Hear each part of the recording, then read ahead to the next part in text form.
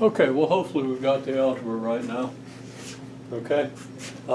Again, the L of I is going to be divided by, our L of I is going to be divided by L. So we're going to have an R over L here. And that's still going to give us the L over LS plus R when we divide through. So this side is okay. And always has been, but we had an L in front of I naught, and clearly there should be no L in front of I naught because we divided through by L, and I naught is all by itself here, just like the S L of I is. Okay, and then the V max and the V surge both need to be divided by L. They are here, they are here, they are here, and they are here and here. Right.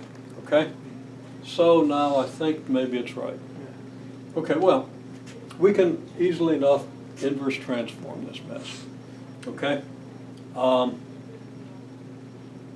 Because, you know, LS plus R, not difficult to inverse transform.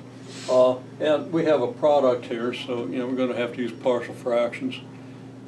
Okay, so we'll see how that works out and see how that makes sense in terms of the circuit. But let's first ask what happens then if we add all the rest of these. Okay? Okay, actually let's not first do that. Let's first say you have the equivalent impulse.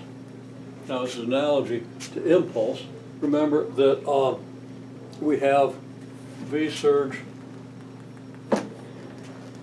delta T, okay? And that's okay, if we multiply V surge by delta T, then that's a lot like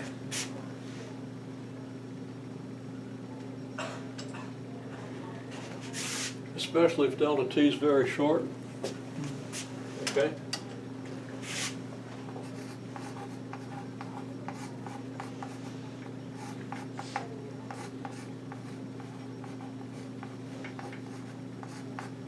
Then V surge delta T is equivalent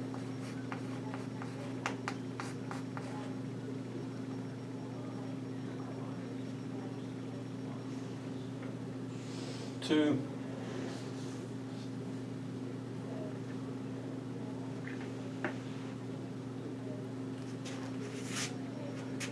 the way I'm writing this out, I don't like the way it's being stated. It's equivalent to V surge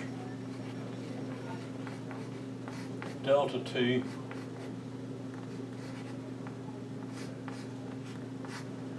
times delta of T. So what I could have said, V surge delta T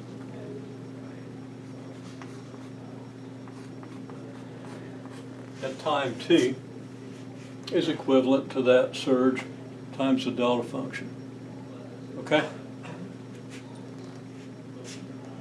And let's see how that works out if we then replace just this equation, because once we have this equation, it becomes really easy to see what happens for all the subsequent terms.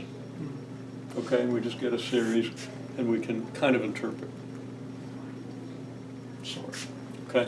Okay. It's a little complicated if this occurs too frequently. Okay? If it doesn't occur very frequently, then, and now I haven't worked this out.